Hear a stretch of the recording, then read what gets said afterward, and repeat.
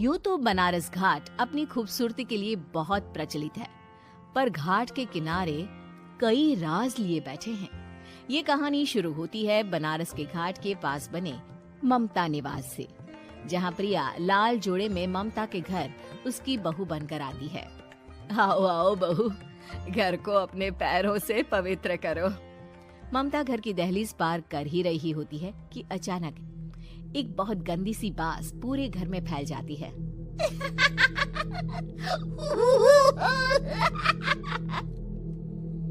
ये बदबू और ये आवाजें, ये कौन हंस रहा है माँ?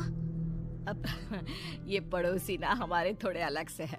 कहाँ हम शाकाहारी और ये मांस मच्छी खाने वाले। छोड़, तू ध्यान मत दे और गृह प्रवेश कर। और हाँ बहू, अपनी सास की एक बात हमेशा याद रखना, इन पड़ोसियों से तो कभी बात नहीं करेगी। अच्छे लोग नहीं है ये। अपनी सास की ये बात मानेगी ना बेटा? हाँ माँ, जो आपकी मर्जी, मैं उनसे बात नहीं करूंगी। अगले दिन प्रिया अपनी पहली रसोई बनाने रसोई घर में जाती है। ये छोकी बात तो नाक में जा रही है। एक काम करती हूँ, खिड़की खोल देती हूँ। प्रिया खिड़की खोलने जाती है। इतने जाले, लगता है इस खिड़की को कभी खोला ही नहीं गया। पर ऐसा क्यों? ओह, नॉन वेज की स्मेल आती होगी ना। 2 मिनट के लिए खोल लेती हूँ, फिर बंद कर दूंगी। प्रिया खिड़की खोलती है। खिड़की खोलते ही उसकी नजर सामने वाले घर की खिड़की पर पड़ती है, जहाँ एक लड़की खड़ी होती है, हाथों में मेहंदी, लाल रंग की साड़ी, बिल्कुल सजी धजी, मानो प्रिया की तरह ही वो भी नई नवेली बहू हो। वो प्रिया को देखकर मुस्कुराती है। हे भगवान, माँ ने तो इनसे बात करने को मना किया था। प्रिया फौरन ही खिड़की बंद कर देती है और तवे पर चढ़े रोटी की ओर देखने लगती है, पर वहाँ रोटी न होकर मछली पड़ी होती है। ये क्या? पहली ही रसोई में इतनी बड़ी गलती। हे भगवान, अब मैं क्या करूं? प्रिया बहुत डर जाती है और फौरन रसोई की सफाई करने और फिर सभी के लिए खाना बनाने लग जाती है। जब वो सबको खाना परोसती है, सब तो ठीक है, मैं बेकार में चिंता कर रही थी।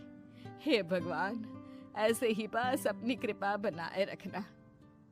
रात के वक्त जब सब सो रहे होते हैं, तब प्रिया को पायल की आवाज सुनाई देती है, जिससे उसकी आंख खुल जाती है। ये पायल की आवाज कहाँ से आ रही है? प्रिया उठकर उस आवाज के पीछे छत की सीढ़ियों तक जाती है। तभी उसे बच्चे के रोने की आवाज आती है। प्रिया छत पर जाती है तो क्या देखती है? वही लाल साड़ी वाली लड़की अपनी गोद में एक नवजात बच्चे को घुमा घुमा कर सुला रही है। तभी प्रिया की नजर उसके पेट पर पड़ती है। ओह गॉड, ये तो प्रेग्नेंट भी है। सुनिए, बच्चा सो नहीं रहा है क्या? मैं कुछ मदद करूं? नहीं नहीं, आपके घर वालों को अच्छा नहीं लगेगा, मैं संभाल लूंगी। स्नेहा की गोद से बच्चा हाथ मारकर प्रिया की गोद में आने को छटपटाने लगता है। दोनों घर अगल बगल में बने होने के कारण प्रिया उस बच्चे को गोद में ले लेती है। प्रिया के पास आते ही वो सो जाता है। बच्चे का वो स्पर्श रात भर प्रिया भूल नहीं पाती और अगली सुबह वो छत पर कपड़े सुखा रही होती है। तभी उसे एक औरत इशारा करके बुलाती है। स्नेहा कह रही थी बाबू तुम्हारी गोद में आते ही सो गया। मैं गौरी, स्नेहा की माँ हूँ। बहू, घर आना, बाबू को खिला भी लेना। शाम को जब घर पर कोई नहीं रहता, बच्चे से मिलने के लिए प्रिया छिपकर अपनी पड़ोसन के घर चली जाती है और कुछ देर बच्चे को खिलाकर वापस लौट आती है। इसके कुछ दिन बाद ही प्रिया को पता चलता है कि वो माँ बनने वाली है। ममता की खुशी का ठिकाना नहीं रहता।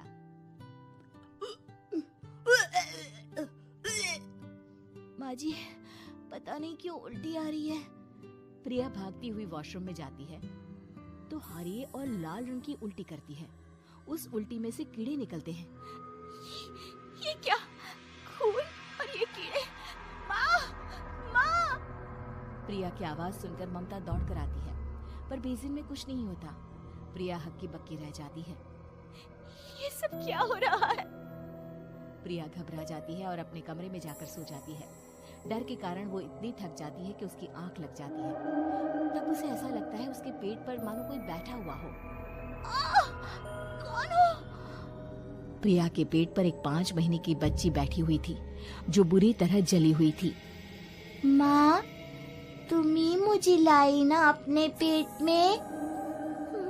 मैं तुम्हारी माँ नहीं हूँ। कौन हो तुम?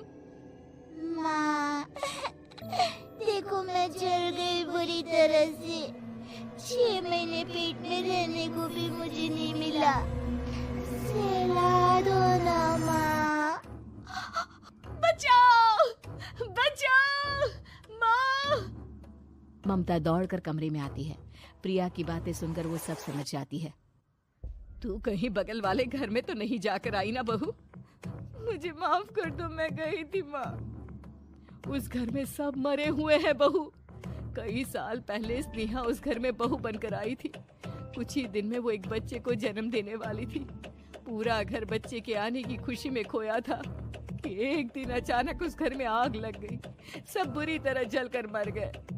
गौरी आज भी दादी बनने का इंतजार कर रही है और इसीलिए स्नेहा ने अपना अजन्मा बच्चा तुम्हारी कोख में डाल दिया। ममता ये कह रही होती है कि पीछे से उसके पैरों को एक बच्चा पकड़ लेता है। दादी, दादी। माँ, स्नेहा की गोद में यही बच्चा था। ये बच्चा कौन है फिर? तेरी मौत है। तेरी भी दादी। जिस चीज का ममता को डर था वही हो गया। ममता निवास के ऊपर मौत ने चादर बिछा दी थी। प्रिया का पेट ऐसे बढ़ जाता है मानो 9 महीने का हो। 2 हाथ उसके पेट से बाहर निकलते हैं। बहू, संतोष को फोन कर, किसी पंडित जी को बुला बहू। प्रिया का पति भागता हुआ घर आता है। ये तो होना ही था माँ।